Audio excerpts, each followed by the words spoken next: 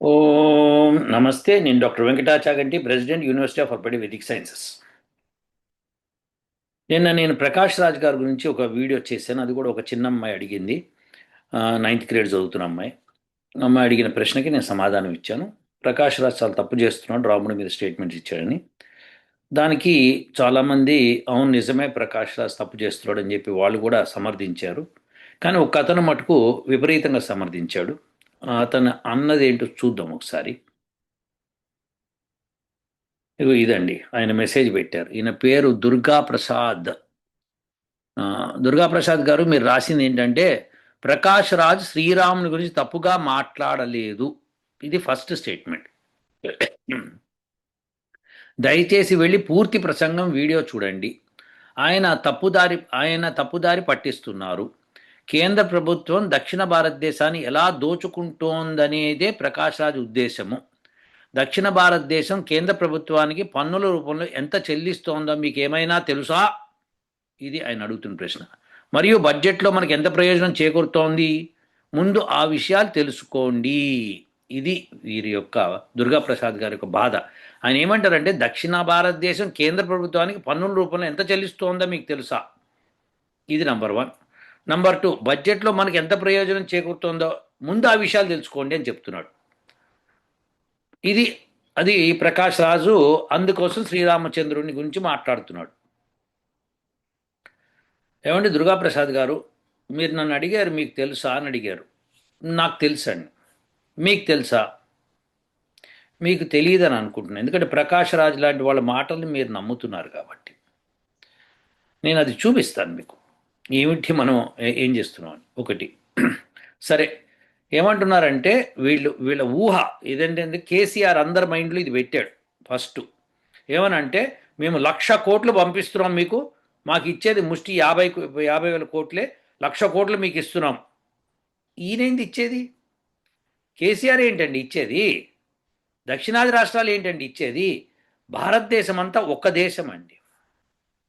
దేశంలో ఎవరు ఎంత ఖర్చు పెడుతున్నారు, ఎవరెంత ట్యాక్స్ కడుతున్నారో ఆ ట్యాక్స్ సెంట్రల్ గవర్నమెంట్కి, స్టేట్ గవర్నమెంట్కి వెళ్తాయి. స్టేట్ ట్యాక్స్ ఒకటి ఉంటుంది, సెంట్రల్ ట్యాక్స్ ఒకటి ఉంటుంది. సెంట్రల్ ట్యాక్స్ సెంట్రల్ గవర్నమెంట్కి వెళ్తుంది. అప్పుడు సెంట్రల్ గవర్నమెంట్ దాన్ని మిలిటరీకి అని చెప్పి, ఇండస్ట్రీస్కి అని చెప్పి, రోడ్లకు అని చెప్పి, డ్యామ్స్కి అని చెప్పి, వాటికి వీటికి వీటికి డిస్ట్రిబ్యూట్ చేసుకుంటూ స్టేట్స్కి డిస్ట్రిబ్యూట్ చేస్తూ వస్తుంది. అయితే మీరేమంటారంటే మేము ఇంత ఇస్తున్నాం కాబట్టి మాకు అంతా ఇచ్చేయాలి. మీకు అంతా ఇచ్చే కాడికి మీకు సెంట్రల్ గవర్నమెంట్ ఎందుకు కలెక్ట్ చేస్తుందండి? పైగా ఏ స్టేట్ ఇండిపెండెంట్ కాదు, అన్నీ సెంట్రల్ గవర్నమెంట్కి లోబడి ఉంటాయి. అది కదా మన కాన్స్టిట్యూషన్. మీరు ఫస్ట్ కాన్స్టిట్యూషన్ తెలుసుకోండి. States are not independent, they are dependent on the central government. Central గవర్నమెంట్లో ఏది చేస్తే అదే ఇక్కడ చెల్లుతుంది. అది లెక్క. దానికి పార్లమెంటు, మెంబర్ ఆఫ్ పార్లమెంట్స్ ఉన్నారు, వాళ్ళు ఓటింగ్ చేస్తారు, దాని ప్రకారం వెళ్తుంది. ఉత్తరాది వాళ్ళు అంతా డామినేట్ చేస్తున్నారు. ఎలా డామినేట్ చేస్తారండి? ఏమన్నా కాస్త మెదడు పెట్టి ఆలోచిస్తున్నారా? ప్రైమ్ మినిస్టర్ అయింది ఫస్ట్ నెహ్రూ, తర్వాత లాల్ బహదూర్ శాస్త్రి, తర్వాత ఇందిరాగాంధీ, తర్వాత రాజీవ్ గాంధీ, తర్వాత పివి నరసింహారావు. ఈ మధ్యలో కొంత గందరగోళం జరిగి ఆయన ఎవరైనా మన కర్ణాటక చెందిన ఆయన ఆయన ఆయన ప్రైమ్ మినిస్టర్ అయ్యాడు. ఆయన ఒక పార్టీ కూడా పెట్టుకున్నాడు, ఆయన దేవగౌడ. ఆయన కూడా ప్రైమ్ మినిస్టర్ అయ్యాడు. అది కాకుండా ఇంకా కొంతమంది అయ్యారు. మన్మోహన్ సింగ్ పంజాబ్ నుంచి, అలానే ఇంకొక ఆయన గుజరాల్ అయ్యాడు. మురార్జీ దేశాయ్ అయ్యాడు. ఇలా రకరకాల వాళ్ళు కొద్ది కాలం అయ్యారు, depending on the time and tenure. వాళ్ళందరూ అయ్యారు. అలానే minister Chidambaram central home minister అయ్యాడు. అలా చాలామంది దక్షిణాది నుంచి చాలామంది పెద్ద పెద్ద పొజిషన్స్ తీసుకున్నారు. ఇక్కడ ఏంటంటే మీ ప్రాబ్లం ఏంటో చెప్తాను. మీకు ఒక క్లారిటీ లేదు, ఒక నల్ల కళ్ళద్దాలు పెట్టుకొని చూస్తున్నారు. క్లారిటీగా ఉండండి, మీరు ఏ విషయం మాట్లాడినా సరే. నేను ఒకటి చూపిస్తాను చూడండి ఇప్పుడు మీకు.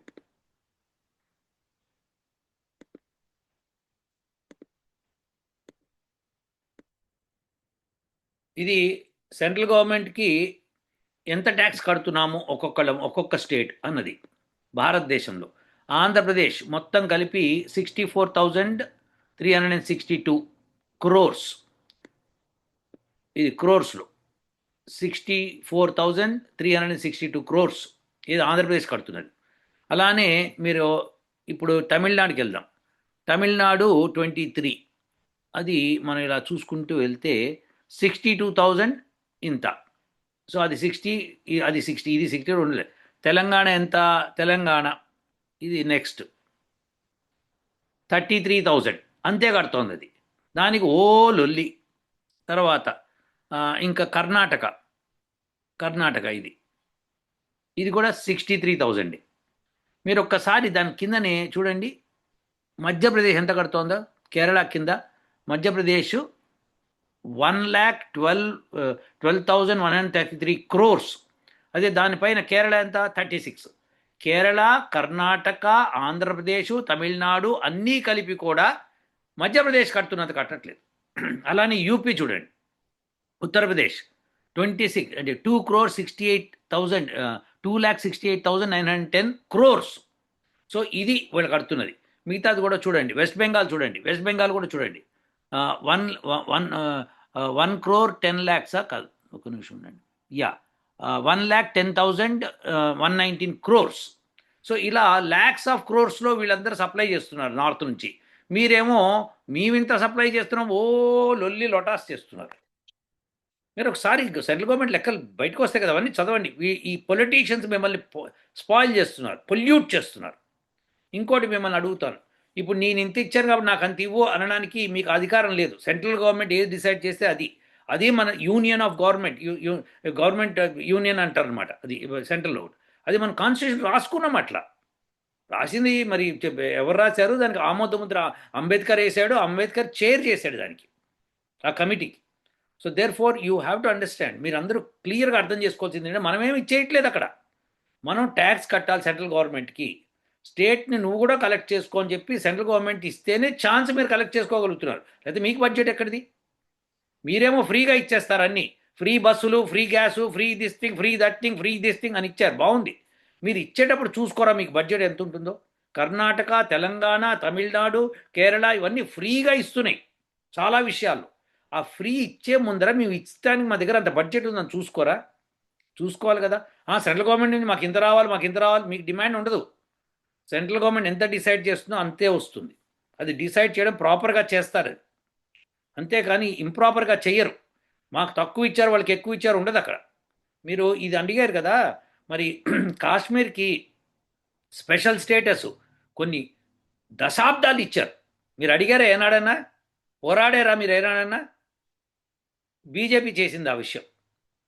సో దాన్ని సెపరేట్గా ఆ స్పెషల్ స్టేటస్ తీసేసి వాళ్ళ దగ్గర నుంచి కూడా ట్యాక్స్ కలెక్ట్ చేసి వాళ్ళ నుంచి కూడా ఇచ్చేసి అన్నీ కరెక్ట్ చేస్తోంది. సో అలా స్పెషల్ స్టేటస్ ఇచ్చడం తీసేశారు. ఆంధ్రప్రదేశ్కి స్పెషల్ స్టేటస్ ఇస్తామని చెప్పి కాంగ్రెస్ వాళ్ళు, సోనియా గాంధీ వీళ్ళందరూ కలిసి కుట్ర పన్ని తెలంగాణ, ఆంధ్రాని సెపరేట్ చేసి ఆంధ్రాకి స్పెషల్ స్టేటస్ ఇవ్వకుండా మానేశారు. మరి దీనికి మీరేమంటారు? మరి కాంగ్రెసే చేసింది అది. సో దానికి రాముని తీసుకురాకూడదు. బీజేపీ విషయంలో రాముని తీసుకొచ్చి మాట్లాడకూడదు, తప్పవుతుంది. అది చాలా అది డర్టీ టాక్. అది ప్రకాష్ రాజ్ చేసింది దగుల్బాజీతనం. అది అలాంటి మాటలు మాట్లాడకూడదు. మీకు మోడీని తీసుకురండి, మీరు యోగిని తెచ్చుకోండి, మీరు షాన్ తెచ్చుకోండి, ఇంకొకళ్ళని తెచ్చుకోండి, పొలిటీషియన్స్ని ఇన్వాల్వ్ చేయండి. రాముని ఎందుకు ఇన్వాల్వ్ చేస్తున్నారు? రాముని ఏ విధంగా మీకు అన్యాయం చేసిండు ఆయన? దగులుబాజీ మాటలు మాట్లాడకూడదండి, ఇది తప్పిది. రాముడి మీద ఏ మాత్రము మాట్లాడే అధికారం ప్రకాష్ రాజ్కి లేదు. ఇలాంటి దరిద్రపు టాక్ అసలు మాట్లాడకూడదు. రాముడు ఎప్పుడు ఎన్నడూ అలా చేయలేదు. కాబట్టి ఇలాంటి మాట, రాముడు లంకను గెలిచి కూడా విభీషణుడు చేతిలో పెట్టేసి వచ్చేసాడు. అలాంటి రాముని పట్టుకొని నార్త్ ఇండియా, సౌత్ ఇండియా అని సెపరేట్ చేస్తారా? ఆయన వాలిని చంపి కూడా మొత్తం దేశాన్ని ఆయనే తీసుకోవచ్చు. సుగ్రీవుడికి అప్పచెప్పి వెళ్ళిపోయాడు, మాట ఇచ్చాడు, మాట ప్రకారం వెళ్ళాడు. లంకను కూడా అలానే ఇచ్చేస్తాడు. అప్పుడు లంకలో ఉన్న వాళ్ళందరూ కూడా, విభీషణుడు కూడా ఈ రాజ్యం మీరే వెళ్ళండి అంటే కాదని చెప్పి నీకు ఇచ్చాన మాట నువ్వే దానికి రాజువి అని చెప్పి అక్కడ పెట్టి వచ్చాడు. తప్పు చేశాడు కాబట్టి దండించాడు, వచ్చాడు. ఇది పట్టుకొని నువ్వు పిచ్చిగా మాట్లాడతావేంటి? ప్రకాష్ రాజ్ మాట్లాడుతున్న తప్పు. బేషరతుగా క్షమాపణ చెప్పవలసిందే హిందూ సమాజానికి, రాముడికి, ఇది గ్యారంటీగా.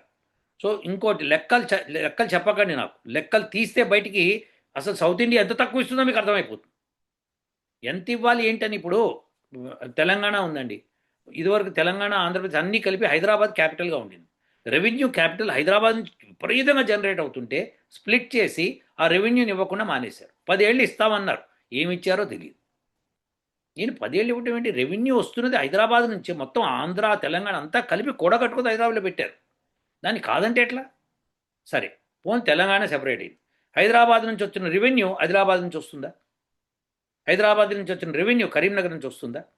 హైదరాబాద్ నుంచి వచ్చిన రెవెన్యూ నల్గొండ నుంచి వస్తుందా? మరి బడ్జెట్లో వాటికి కేటాయిస్తారు కదా, ఎట్లా కేటాయిస్తున్నారు? ఎంత కేటాయిస్తున్నారు? హైదరాబాద్కి మొత్తం వచ్చిన రెవెన్యూలో హైదరాబాద్కి ఎక్కువ కేటాయించి మిగతా వాడికి తక్కువ కేటాయిస్తున్నారా? చెప్పండి దుర్గాప్రసాద్ గారు. అలానే కర్ణాటకలో బెంగళూరు నుంచి హయ్యెస్ట్ రెవెన్యూ వస్తుంది. అలా అని చెప్పి మొత్తం బెంగళూరుకే ఖర్చు పెడుతున్నారా, మిగతా స్టేట్లో ఉన్న వాళ్ళందరికీ ఖర్చు పెడుతున్నారా? స్టేట్ అంటే ప్రతి ప్రజలు మనవాళ్ళు, కంట్రీ అంటే ప్రతి ప్రజ మనవాళ్ళు. కంట్రీని డెవలప్ చేసే బాధ్యత మంది. ఎంపీలు అందరూ తీసుకోవాలి. దక్షిణాదిలోంచిన ఎంపీలు ఎప్పుడైనా అస్సాం గురించి పోట్లాడారా? పంజాబ్ నుంచి ఎంత రెవెన్యూ వస్తుంది తెలుసా? చండీగఢ్ నుంచి. Chandigarh is a union territory for both Haryana and Punjab. అక్కడి నుంచి వచ్చిన రెవెన్యూ చూపించిన మీకు ఇప్పుడు, మళ్ళీ ఒకసారి చూపిస్తా చూడండి. మీకు అసలు తెలిసింది తక్కువ, ఏది పడితే అది మీరు నమ్ముతున్నారు, అది తప్పది.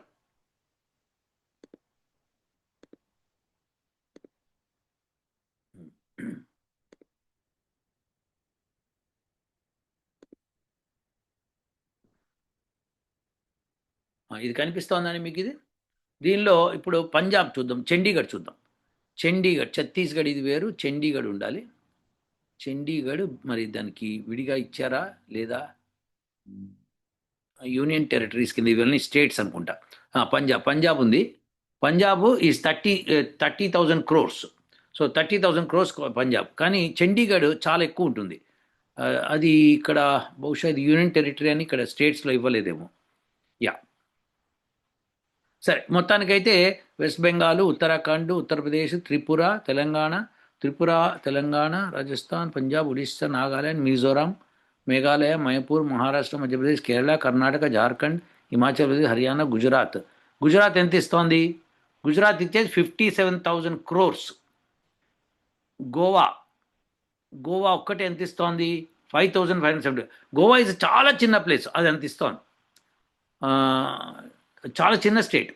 సరే, ఛత్తీస్గఢ్ చూడండి, 50,000 crores. అది కొత్తగా ఏర్పడిన ఛత్తీస్గఢ్, చిన్న స్టేట్, అది 50,000 crores ఇస్తోంది. దాని కింద బీహార్ ఎంత ఇస్తోంది? 1,51,000 crores పైన ఇస్తోంది అది. మరి ఈ స్టేట్స్ అన్ని 1,00,000 crores పైన ఇస్తుంటే మీరు కాదంటే ఎట్లా అండి?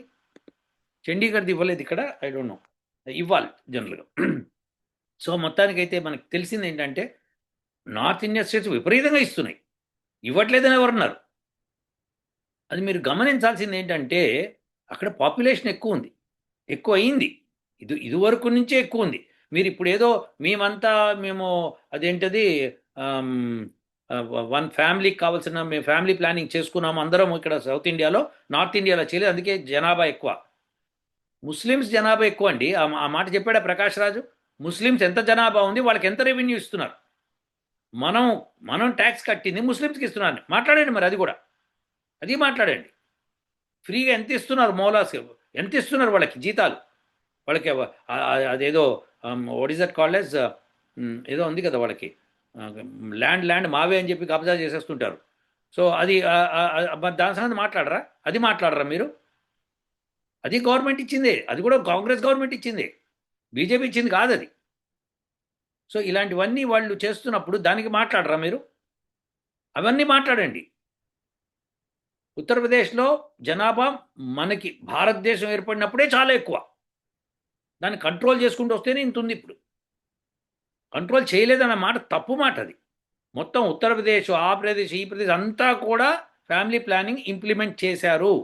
కానీ భారతదేశం ఏర్పడినప్పటికే పాపులేషన్ చాలా ఎక్కువ వాళ్ళది మన దక్షిణాది కంటే. ఈ విషయం మీరు తెలుసుకోండి, గమనించండి. ముస్లిమ్స్ ఒక్కొక్కళ్ళు 10 మంది పిల్లల్ని, 5 మంది పిల్లల్ని కనేస్తున్నారు, వాళ్ళ ఫ్యామిలీ ప్లానింగ్ లేదు వాళ్ళకి, కనేస్తున్నారు, పోతున్నారు వాళ్ళు. మరి వాళ్ళ జనాభా ఎక్కువ. మీరు ఆ విషయం మాట్లాడండి ప్రకాష్ రాజు గారు, ఆ విషయం మాట్లాడరు. మరి వాళ్ళకి ఎందుకు ఇస్తున్నాం మనం? ఎందుకు ఇవ్వాలండి? వాళ్ళు ట్యాక్స్ కట్టట్లేదు. మీరు రిలీజన్ వైజ్ ట్యాక్స్ కలెక్ట్ చేసి చూపించండి, ఎవరెంత కొడతారో తెలుస్తుంది మీకు. అది కూడా మాట్లాడండి. మా రిలీజన్ ఎందుకు ఎక్కువ కట్టాలి? మాది ఎందుకు వాళ్ళకి ఇవ్వాలి అని మీరు అది కూడా మాట్లాడేసేయండి, ఇక కొట్టేసుకోండి. సో ప్రకాష్ రాజ్ గారు తప్పు మాట మాట్లాడారు మీరు. మాట్లాడడం రాముడి విషయంకి వచ్చారు, అదే మీరు దక్షిణాది ఉత్తరాది అని మాట్లాడుతున్నారు, అదే తప్పు. దానిలో రాముని ఇరికించడం ఇంకో తప్పు. సో ఇది బేషరతుగా ప్రకాష్ రాజ్ క్షమాపణ చెప్పాలి. మీరందరూ కూడా లెక్కలు బయటికి తీయండి అయ్యా. లెక్కలు తీసి సెంట్రల్ గవర్నమెంట్ లెక్కలు ఉంటాయి కదా, ఏ స్టేట్ ఎంత రెవెన్యూ సెంట్రల్ గవర్నమెంట్కి ట్యాక్సెస్ రూపంలో. స్టేట్ ఇవ్వదు, సెంట్రల్ గవర్నమెంట్ కలెక్ట్ చేసుకుంటుంది. స్టేట్ ఇచ్చేది ఏం లేదు అక్కడ. పిచ్చి మాటలు మాట్లాడాడు కేసీఆర్ కూడా. మా స్టేట్ గవర్నమెంట్ మేము ఇంత ఇస్తున్నాం, మీరు ఇచ్చేది లేదు అక్కడ. ప్రతి పౌరుడు ఖర్చు పెడుతున్న దానికి ట్యాక్స్ రూపంలో కడుతూ ఉంటాడు. అది ఇప్పుడు జిఎస్టీ అనండి ఏదనండి, మొత్తానికి ట్యాక్స్ రూపంలో కడుతున్నారు. ట్యాక్స్ రూపంలో కట్టాలి, ట్యాక్స్ లేనిది ఎట్లా అవుతుంది? మీకు ఇంకా అక్కడ చాలా దొంగ పనులు నడుస్తున్నాయి ఇండియాలో. ఇక్కడ అలా కాదు. ఇక్కడ ఏదైనా కొంటే 7% ట్యాక్స్ ఉందంటే వాళ్ళు దాంతోపాటు రిసిప్ట్తో పాటు ఇచ్చేస్తారు. క్యాష్ తీసుకున్నా కానీ రిసిప్ట్ ఇవ్వాల్సిందే వాడు. ఆ రిసిప్ట్లో క్లియర్గా ఉంటుందన్నమాట, సమస్య లేదు. ఏవో చిన్న చితకావేమో తెలియదు కానీ మొత్తానికి ప్రతి చోట అది ఉంటుంది. So try understand. మీరు తప్పుగా మాట్లాడుతున్నారు. ట్యాక్స్ కట్టండి ఏ గవర్నమెంట్ నిలబడలేదు. ట్యాక్స్ కట్టిందని డిస్ట్రిబ్యూట్ చేస్తూ ఉంటారు. హైదరాబాద్కి వచ్చిన రెవెన్యూని హైదరాబాద్కే ఉపయోగించాలి, మిగతా వాటికి ఉపయోగించకూడదంటే మరి స్టేట్ ఎందుకుంది? స్టేట్ అన్నది ఎందుకుంది? హైదరాబాద్ వేరే స్టేట్ చేసేయండి. చేసి అట్లా ప్రతి జిల్లాను ఒక స్టేట్ చేసేసుకోండి. మళ్ళీ జిల్లాలో తాలూకాలు వస్తాయి. మా తాలూకా ఎక్కువ కడుతోంది మీరు కట్టట్లేదని మళ్ళీ తాలూకాలు సెపరేట్ చేసేయండి. ఇక తాలూకాలు కొంచెం మా పేట ఎక్కువ కడుతోంది మీ పేట ఎక్కువ కట్టట్లేదని పేటలు కొట్టుకుంటాయి. ఆ పేటలు సెపరేట్ చేయండి. మరి పేటల్లో కూడా మా వీధి ఎక్కువ కడుతోంది ట్యాక్స్, మీ వీధి ఎక్కువ కట్టట్లేదని అది కూడా సెపరేట్ చేయండి. అక్కడి నుంచి మా కుటుంబం ఎక్కువ కడుతోంది మీ కుటుంబం ఎక్కువ కట్టట్లేదని కుటుంబాలను సెపరేట్ చేయండి. అక్కడి నుంచి మళ్ళీ ఏం చేస్తారంటే మా ఇంట్లో ఇద్దరు ఈ అబ్బాయి ఎక్కువ అర్న్ చేస్తున్నాడు, ఈ అబ్బాయి తక్కువ అర్న్ చేస్తున్నాడు కాబట్టి ఈ అబ్బాయికి పొజిషన్ ఇవ్వండి అని మళ్ళీ మొదలు పెట్టండి. అలా మొత్తం సెపరేట్ చేసుకుంటూ పోండి. ఇక భారతదేశం ఎందుకు? మీరు పిచ్చి మాటలు మాట్లాడుతున్నారు. అక్కడ స్టాలిన్ పిచ్చి మాటలు మాట్లాడుతున్నాడు, ఈ ప్రకాష్ రాజ్ పిచ్చి మాటలు మాట్లాడుతున్నాడు, కర్ణాటక తర్వాత రేవంత్ రెడ్డి పిచ్చిగా మాట్లాడుతున్నాడు, అందరూ పిచ్చిగా మాట్లాడుతున్నారు. వేరే మెథడాలజీ తీసుకురావాలి కానీ ఇది తప్పు మాట. భారతదేశాన్ని మొత్తాన్ని కించపరిచే యోచన, సెపరేట్ చేసే యోచన, ఎవ్వడికి వాడు దరిద్రుడు తయారయ్యాడు. వీళ్ళందరూ కలుపు మొక్కలు ఏరి పారేయండి ఫస్ట్. భారతదేశానికి కావాల్సింది యూనిటీ. ఎక్కువ తక్కువలు అయితే పార్లమెంట్లో కొట్లాడండి. మీరు ఇంత ఇచ్చారు, మరి మేము ఇంత రెవెన్యూ జనరేట్ చేస్తున్నాం, మాకు ఏమొస్తుందని పార్లమెంట్లో మాట్లాడాలి మీరు. పైగా గర్వపడండి. మీరు ఎక్కువ రెవెన్యూ ఇస్తే కనుక గర్వపడండి. మేము ఇస్తున్నాం, భారతదేశాన్ని మేము పోషిస్తున్నాం అని చెప్పుకోండి. అట్లా అది గర్వంగా ఉండాలి. కానీ ఇలాంటి మాటల్ని, ప్రకాష్ రాజు లాంటి వాళ్ళ మాటల్ని ఖండించండి ఎప్పటికప్పుడు. కలుపు మొక్కల్ని ఏరేయకపోతే మంచి మొక్కలు చచ్చిపోతాయి. అప్పుడు కలుపే పెరుగుతుంది, మంచి ఉండదు. దయచేసి కలుపు మొక్కల్ని దగ్గర రానివ్వకండి. ఉంటానండి. ఓ